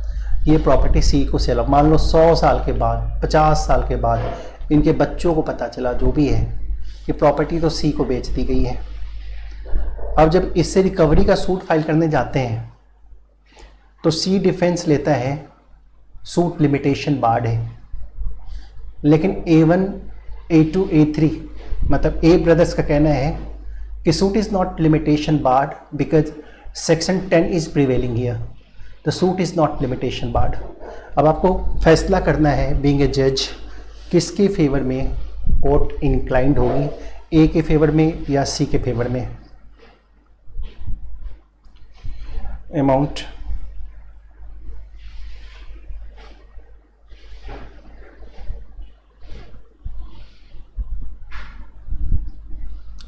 हाँ, थोड़ा सही बिल्कुल जा रहे हैं। मैंने ऑलरेडी बोला कि सेल कर दिया बी ने, सेल किया इसका मतलब पैसे भी दिए हैं, तो यही बात यहाँ पे बताना चाह रहा था, जो आपको मैंने ब्रैकेट में मिस कर दिया यहाँ बताना। यहाँ पे मैं यही चीज़ आपको बताना चाह रहा था, और यही चीज़ अब मैं फिर से लेके आ रहा हूँ। ये देखिए ना, यहाँ लिखा हुआ है not being assigns for valuable consideration.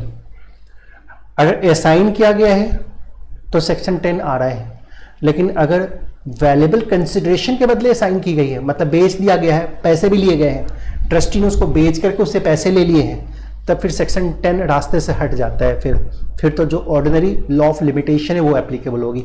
तो बहुत नेचुरल सा फैक्ट है, यहाँ सी केस को जीत जाएगा, क्योंकि यहाँ एक बायर है, उसने उसकी एक वैल्यूएबल कंसिडरेशन पे की थी। दिस वन,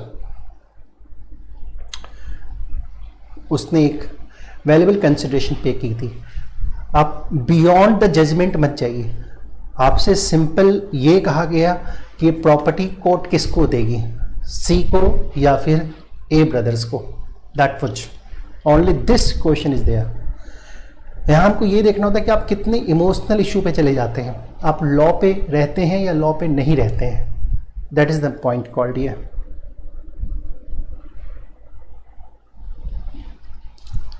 सही है ना। Valuable consideration, when the property finds it's way into the hands of assignee for the valuable consideration, then no law of limitation, that was in that very case the ordinary law of limitation will prevail here. C picture में कैसे है, क्योंकि सी picture में ऐसे है कि B से सी ने प्रॉपर्टी परचेज किया है, बाई कर लिया है। सी से प्रॉपर्टी, सी ने किससे प्रॉपर्टी खरीदा है, बी से प्रॉपर्टी खरीद लिया है। अब A1, A2, A3 सोचा कि प्रॉपर्टी तो किसके पास है, प्रॉपर्टी सी के पास है, तो सीधा सी से रिकवर करते हैं प्रॉपर्टी, क्योंकि प्रॉपर्टी तो हमारी थी जो बी को दिया गया था हमारे बेनिफिट के लिए, तो बी ने हेराफेरी करके, होशियारी करके सी को बेच दिया। तो यहाँ पे सिंपली कहा कि जब वैल्यूएबल कंसिडरेशन के बदले में प्रॉपर्टी ट्रांसफर हो रही है तो ordinary law of limitation applicable नहीं होगी। तो यही चीज था यहाँ पे, not being assigns for the valuable consideration. अब देखो, इन्हीं को बेस बना करके मैं नीचे अपनी कमेंट्री डालता हूं जिसमें सारी बातें आ जाती हैं। नाउ कमेंट्री, हमारे सेक्शंस के कमेंट्री आप पढ़ोगे तो सारा एग्जॉस्टिव नोट्स बनता है, उसमें काफ़ी कुछ रहता है। Once a trust always a trust, sometimes this statement is required to be explained. आपको ये कहा जाता है कि भाई आप इसको एक्सप्लेन करो। Once a trust always a trust, what this thing is there, it's just be nothing but it's section 10, it's section 10। Yogesh पूछ रहे हैं what in case if ये B के अगेंस्ट अगर ये केस फाइल करते हैं तो B के अगेंस्ट केस फाइल करते हैं तो ये हमारा सेक्शन 10 का तो मामला नहीं है। B के अगेंस्ट प्रॉपर्टी अगर आपको लेनी है तो जिसके पास प्रॉपर्टी है उसी के अगेंस्ट फाइल करेंगे, सेल तो कैंसिल होगी नहीं, क्योंकि ये एक ऑर्डिनरी मैटर है।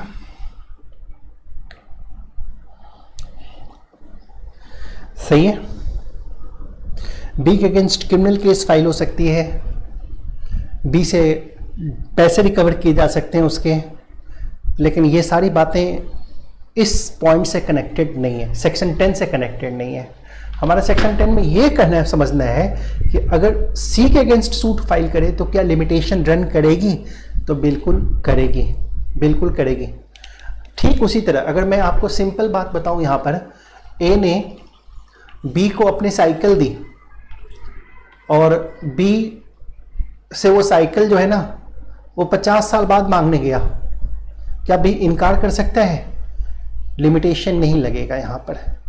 लेकिन बी ने ये साइकिल सी को बेच दिया है, इससे वो गए 50 साल बाद मांगने, तो ये बोलेगा कि भाई मैंने तो वैल्यूएबल कंसिडरेशन के बदले खरीदा है, मेरे से तो ट्रस्ट क्रिएशन थोड़े ना हुई है, तो यहाँ पे जो है ना वो लिमिटेशन लग जाएगा। सही है।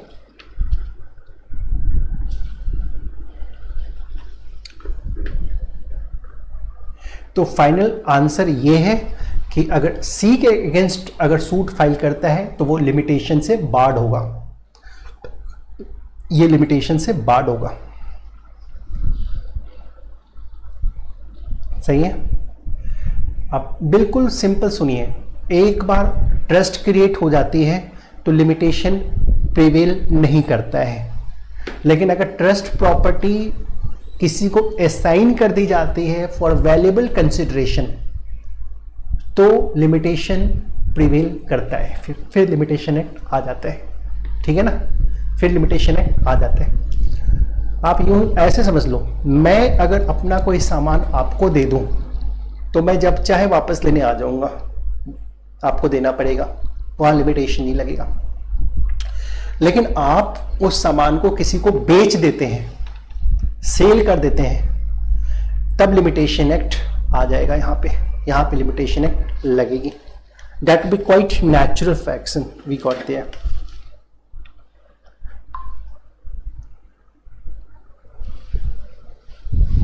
हाँ, दैट मीन्स सी के केस में जरूर लिमिटेशन रन करेगी। That is a very normal matter we got there, ठीक है।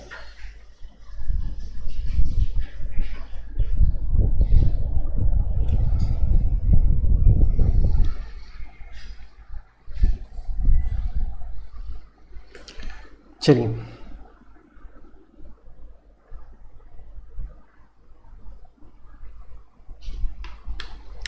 अब देखिए,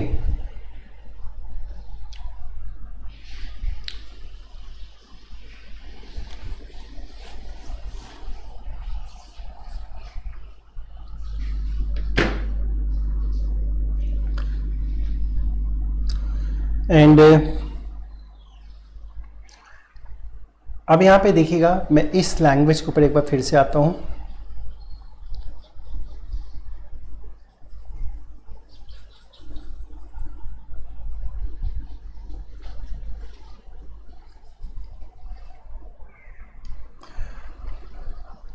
अब सिचुएशन समझिए, मैंने ना इस सेक्शन को सिंप्लीफाई करने के लिए ये साइकिल वाइकिल का एग्जाम्पल दे दिया था आपको, सही है ना।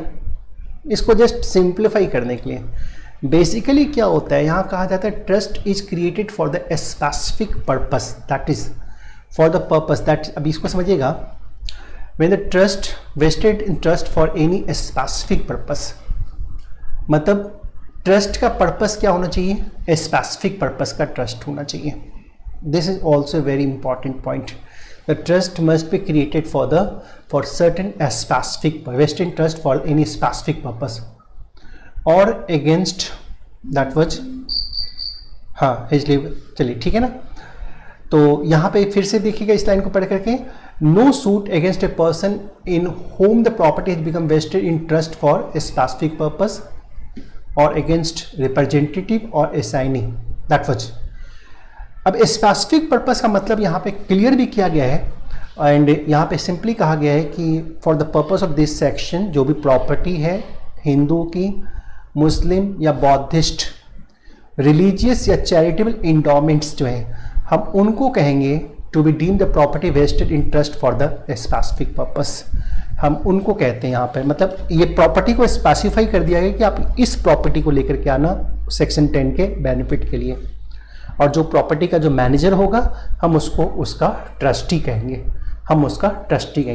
मतलब ट्रस्टी के अगेंस्ट हम कभी भी सूट फाइल कर सकते हैं, किसी भी सिचुएशन में सूट फाइल कर सकते हैं। दिस वन द मैटर, चाहे अब वो ट्रस्टी है या वो ट्रस्टी नहीं है, अगर उसने उस प्रॉपर्टी का बेनिफिट अपने फेवर के लिए यूज कर लिया है तो हम कभी भी सूट फाइल कर सकते हैं। लेकिन फिर वही बात, अगर किसी थर्ड पार्टी को प्रॉपर्टी चली गई है for valuable consideration, in that very case ordinary law of limitation will run this one. तो ये चीज यहां पे एक बात आ रही है।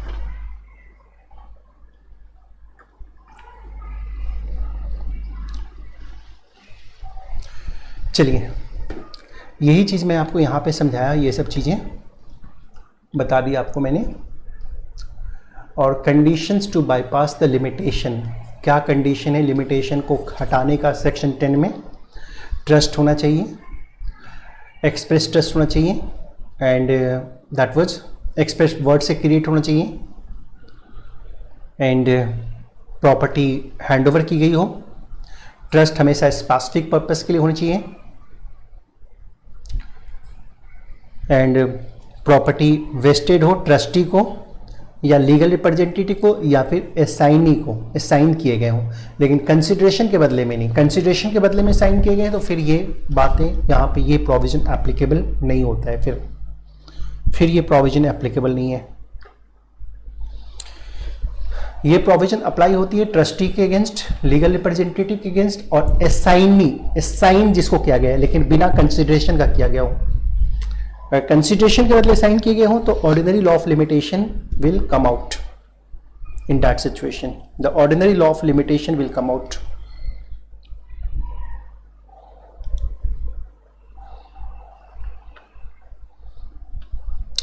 अब नॉर्मली कहा गया है एग्जीक्यूटिव पार्टनर्स इन सबको ट्रस्टी नहीं कहे गए, कंपनी के डायरेक्टर्स। ये आपको बता दिया suit must be for follow the trust property और इट्स प्रोसीड्स। मैं फॉलोइंग का मतलब बताया, following means recovering the trust property. ये सब चीज आपको मैंने समझा दिया है। और एक चीज़ और कही, सिर्फ एक्सप्रेस्ड ट्रस्ट कवर्ड होगी, कभी कभी रिजल्टिंग ट्रस्ट होती है, कंस्ट्रक्टिव ट्रस्ट होती है। नहीं, ट्रस्ट क्या क्या होती है, एक एक्सप्रेस ट्रस्ट हो गया जिसमें हम सारा कुछ बोल करके या लिख के बताते हैं कि ये लो प्रॉपर्टी, इसको इसके बेनिफिट के लिए यूज़ करो, that is called what, express trust. एक होती है इम्प्लाइड ट्रस्ट, ये अपने आप क्रिएट हो जाता है। कैसे क्रिएट हो जाएगा, जैसे फॉर एग्जांपल आप बस में कहीं जा रहे हैं और बगल वाली सीट पे किसी का सामान पड़ा हुआ है, आपने वो सामान उठा लिया, एक ट्रस्ट की क्रिएशन हो गई। You must hold that property for the benefit of that person जिसका वो सामान था, एक ट्रस्ट का क्रिएशन हो गई, इसको कहते हैं इम्प्लाइड ट्रस्ट। नहीं, एक होता है कंस्ट्रक्टिव ट्रस्ट। कंस्ट्रक्टिव ट्रस्ट में क्या होता है, जैसे फॉर एग्जांपल ए ने बी को कहा कि भाई ये मेरी घड़ी है, रिस्ट वॉच है, इसको मार्केट में सेल कर दो, 5000 में तो सेल करना ही करना। बी गया मार्केट में, इसको 5 के जगह 8000 में सेल आउट कर दिया, तो बी ए को कितना वापस करेगा, 5000 या 8000? 5000 तो करेगा ही करेगा, और 3000 भी करना पड़ेगा, क्योंकि वो 3000 के लिए ना कंस्ट्रक्टिव ट्रस्ट का क्रिएशन हो गया। This is called constructive trust. जो 3000 अमाउंट है उसके लिए क्या क्रिएट होगी, कंस्ट्रक्टिव ट्रस्ट क्रिएट होगी। और एक होता है रिजल्टिंग ट्रस्ट।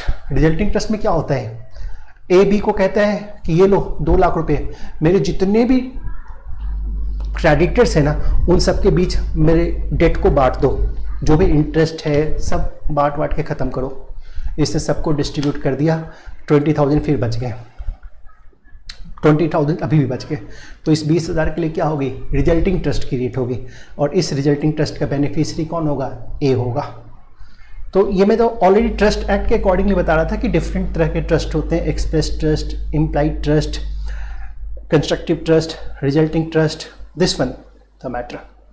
तो यहाँ पे कंस्ट्रक्टिव ट्रस्ट, रिजल्टिंग ट्रस्ट वगैरह सब नहीं चलती है, वहाँ पे वही स्पेसिफिक ट्रस्ट होना चाहिए, एक्सप्रेस्ड होना चाहिए, तब जाके सेक्शन 10 का बेनिफिट मिलेगा। ये रिजल्टिंग और कंस्ट्रक्टिव ट्रस्ट होती है तो फिर बेनिफिट नहीं मिलता है।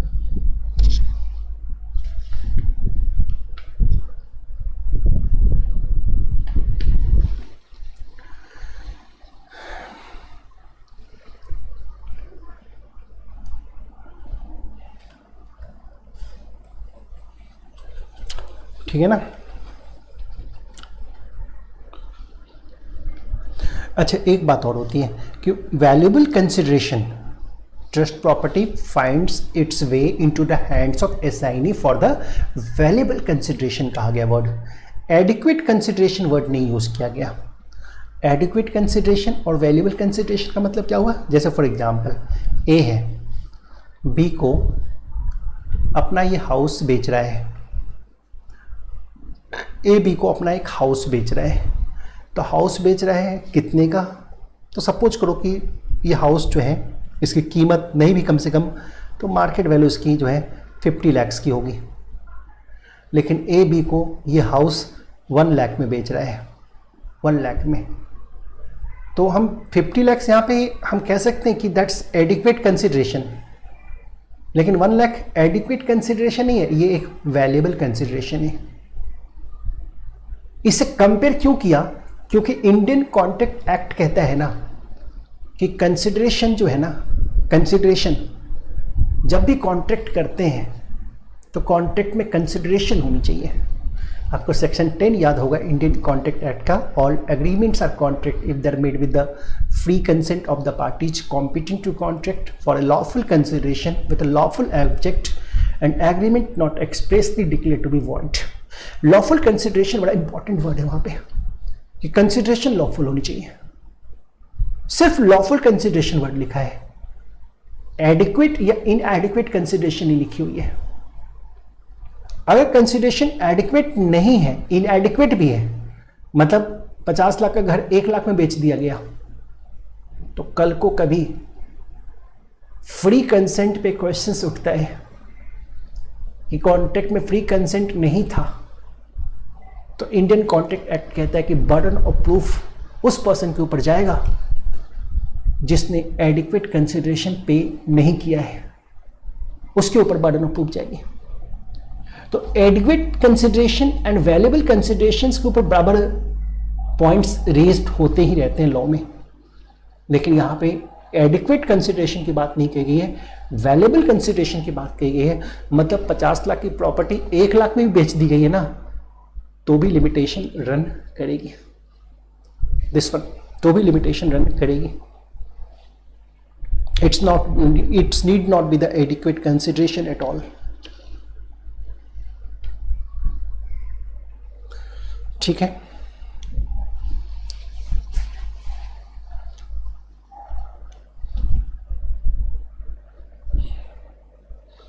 ओके।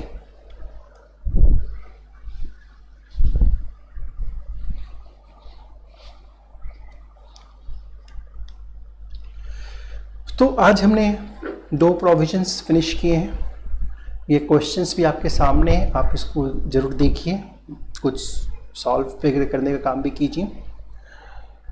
कल हम फिर देखते हैं, कुछ नई बातों को फाइंड आउट करते हैं इसी एक्ट का। आज यहीं रखते हैं।